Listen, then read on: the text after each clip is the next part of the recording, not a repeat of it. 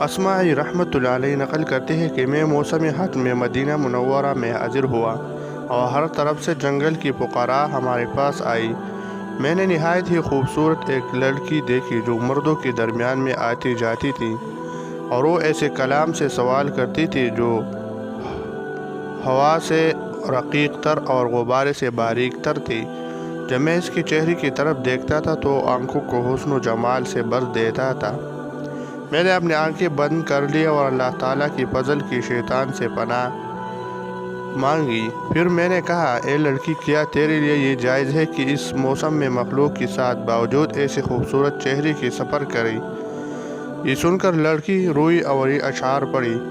پس میں نے اس چہرے کو ظاہر کیا، حالانکہ وہ عزیز اور بزرگ تر ہے، اور مجھ پر اس چہرہ کا چھپانا دشوار ہوا، کیونکہ زمانہ جور کرتا ہے اور ظلم کرتا ہے جیسا کہ تم اس کو دیکھتے ہو۔ بے شک میں نے اس چہرہ کی حفاظت کی اور اس کو پردہ میں رکھا، حتیٰ کہ جب میرے لیے کوئی پشت پناہ باقی نہ رہا اور میرا باپ ہیثم مر گیا جو مجبوراً میں نے اس کو پردہ سے ظاہر کر دیا، اور اللہ تعالیٰ اس پر میرا گواہ ہے اور خوب جانتا ہے۔ اور زمانہ نے اس چہرہ کی پردہ کو ایسے شہر میں کھولا اور دور کیا کہ اس میں دوست کم اور درہم عزیز اور نادر ہو گیا ہے، اور میں حجاز کی زمین میں مسافر ہو گئی ہوں، اور ابو ربیعہ نام شوہر شاعرہ دور اور خیمہ والا یعنی مقیم ہے اور مسافر نہیں ہے۔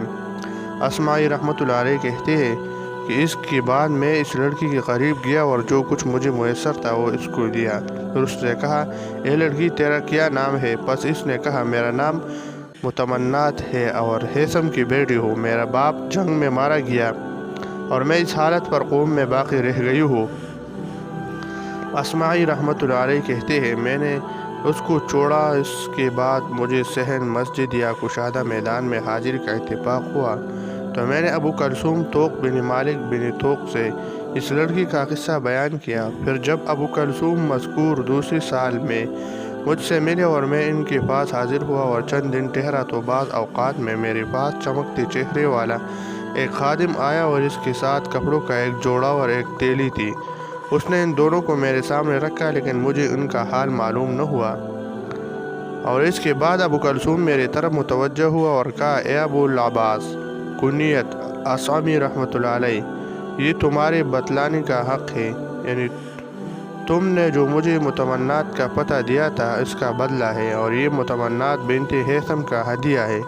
اللہ تعالیٰ نے تمہارے برکتوں کی وجہ سے اس پر مہربانی کی، اس لیے کہ جب تم نے مجھے اس کی خبر دی تو میں نے اس شخص کو بھیجا جو اس کو لایا، اور میں نے اس سے نکاح کیا، اور میں نے اس کو تمہاری اطلاع دی، بس اس نے تمہارے کام پر شکر کیا، اور میں اس کی شکر سے دگنا تمہارا شکریہ ادا کرتا ہوں۔